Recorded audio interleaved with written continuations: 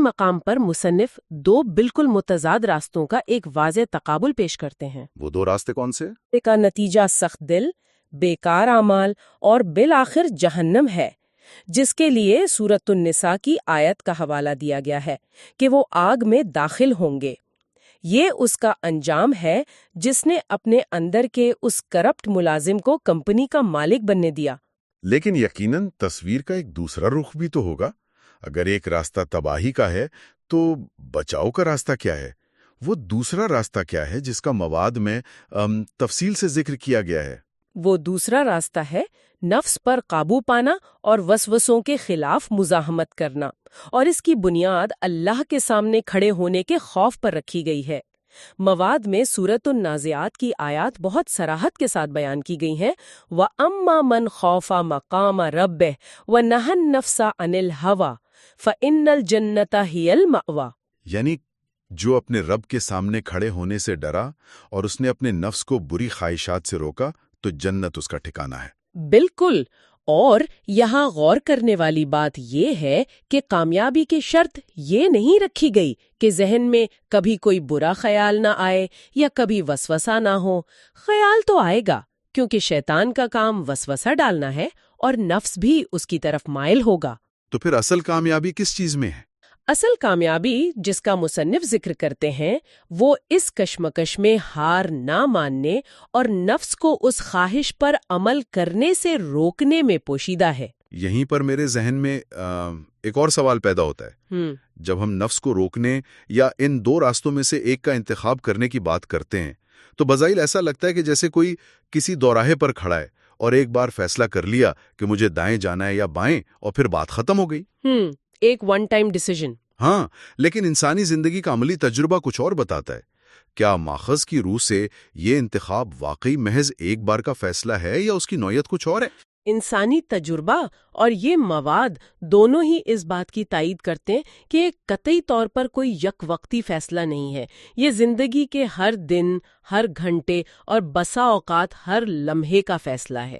مصنف اس نقطے کو انتہائی خوبصورتی سے سمیٹتے ہیں جب وہ اس پورے معاملے کا خلاصہ بیان کرتے ہیں۔ اور وہ خلاصہ کیا ہے؟ مواد میں حتمی کامیابی کا جو فارمولہ پیش کیا گیا ہے وہ سورۃ العنکبوت کی آیت پر مبنی ہے، اور جو لوگ ہماری راہ میں جدوجہد کرتے ہیں ہم ضرور انہیں اپنے راستے دکھا دیتے ہیں۔ اس آیت کا کلیدی لفظ جہادو یا جدوجہد ہے۔ جدوجہد، صحیح۔ جدوجہد کا مطلب یہ نہیں ہے کہ کوئی جادوئی چھڑی مل جائے گی اور سب کچھ پرسکون ہو جائے گا۔ اس کا مطلب ہے مسلسل مزاحمت۔ یہ لفظ جدوجہد واقعی اس پورے تفصیلی جائزے کی جان ہے، کیونکہ جدوجہد کا تصور یہ ہے کہ اس میں تھکاوٹ ہوگی، پسینہ آئے گا، انسان کبھی پسپا ہوگا اور کبھی آگے بڑھے گا۔ اس کا مطلب ہے کہ انسان گر کر دوبارہ اٹھے گا۔ بالکل، گرنا اور پھر سے اٹھ کھڑا ہونا۔ یہ اسے دوبارہ پیچھے دھکیلنا ہوگا۔ یہ ایک ایسی جنگ ہے جس میں زخم تو لگیں گے، لیکن اصل بات یہ ہے کہ ہتھیار نہیں ڈالنے۔ صحیح بات ہے۔ ماخذ کے مطابق نفس پر قابو پانا، ذکر و نماز سے جڑے رہنا اور توبہ کے ذریعے اس دل کے زنگ کو مسلسل صاف کرتے رہنا ہی اس جدوجہد کا عملی طریقہ ہے۔ مصنف نے آخر میں اسی لیے ان 3 بنیادی ستونوں کو کامیابی کا ضامن قرار دیا ہے۔ وہ 3 ستون کیا ہیں؟ وسوسوں کا مسلسل مقابلہ کرنا، نفس کو لگام ڈالے رکھنا اور اپنی مرضی کے بجائے اللہ کی رضا کے مطابق زندگی گزارنے کی کوشش کرنا۔ اس پورے جائزے کا لب لباب یہ ہے کہ کوئی بھی انسان وسوسوں کے حملے سے مکمل طور پر محفوظ نہیں ہے، لیکن وہ اپنی مرضی، اپنے شعور اور اپنے ذکر کے ہتھیار سے ان حملوں کو ناکام ضرور بنا سکتا ہے۔ بے شک۔ یہ ایک ایسی جنگ ہے جو انسان کی آخری سانس تک جاری رہتی ہے، اور اس میں فتح اسی کی ہے جو بیدار رہے۔ بیداری، یہی وہ لفظ ہے جو مجھے ایک بالکل نئے زاویے سے سوچنے پر مجبور کر رہا ہے۔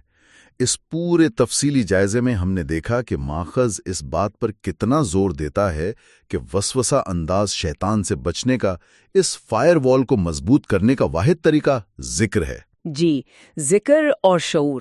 اور ذکر تقاضا کرتا ہے شعور کا، توجہ کا اور اندرونی خاموشی کا، تاکہ ہم اس سرگوشی کو سن کر اسے رد کر سکیں۔ لیکن اگر ہم اس اصول کو آج کے اس جدید دور، اس انفارمیشن ایج پر لاگو کریں تو صورتحال کس قدر خوفناک نظر آتی ہے۔ وہ کس طرح؟ اس کا جدید دور سے کیا تعلق بنتا ہے؟ ذرا غور کیجئے۔ آج کی دنیا میں معلومات کی اتنی بھرمار ہے جسے ہم انفارمیشن اوورلوڈ کہتے ہیں۔ ہر وقت ہماری جیبوں میں موجود اسمارٹ فونز، ہر سیکنڈ پر بجنے والے نوٹیفیکیشنز، سوشل میڈیا کی ناختم ہونے والی اسکرولنگ اور ہر طرف پھیلی ہوئی اسکرینز۔ ہاں، یہ تو آج کل ہر کسی کا مسئلہ ہے۔ ان سب نے ہماری توجہ، جو ہمارا اٹینشن سپین ہے، اس کو ٹکڑے ٹکڑے کر دیا ہے۔ ہمیں ایک لمحے کے لیے بھی اپنے خیالات کے ساتھ اکیلے اور خاموش نہیں رہنے دیا جاتا۔ تو کیا ہم یہ نتیجہ نہیں نکال سکتے کہ یہ مسلسل خلفشار، یہ مصنوعی شور جو ہم نے خود اپنے ارد گرد پیدا کر لیا ہے، دراصل ہمارے لیے اس ذکر اور بیداری کو تقریباً ناممکن بنا رہا ہے؟ یہ واقعی ایک بہت پریشان کن خیال ہے۔ کیا ہم اسکرینز کے سحر میں کھو کر اپنی اندرونی خاموشی کو تباہ کر کے انجانے میں اسی خناس کا کام بے حد آسان نہیں کر رہے؟ شاید آج کے دور کی سب سے کٹھن جدوجہد اپنے نفس سے لڑنے کے ساتھ ساتھ اپنی کھوئی ہوئی توجہ کو اس شور شرابے والی دنیا سے واپس چھیننا ہے۔ بہت گہری بات ہے۔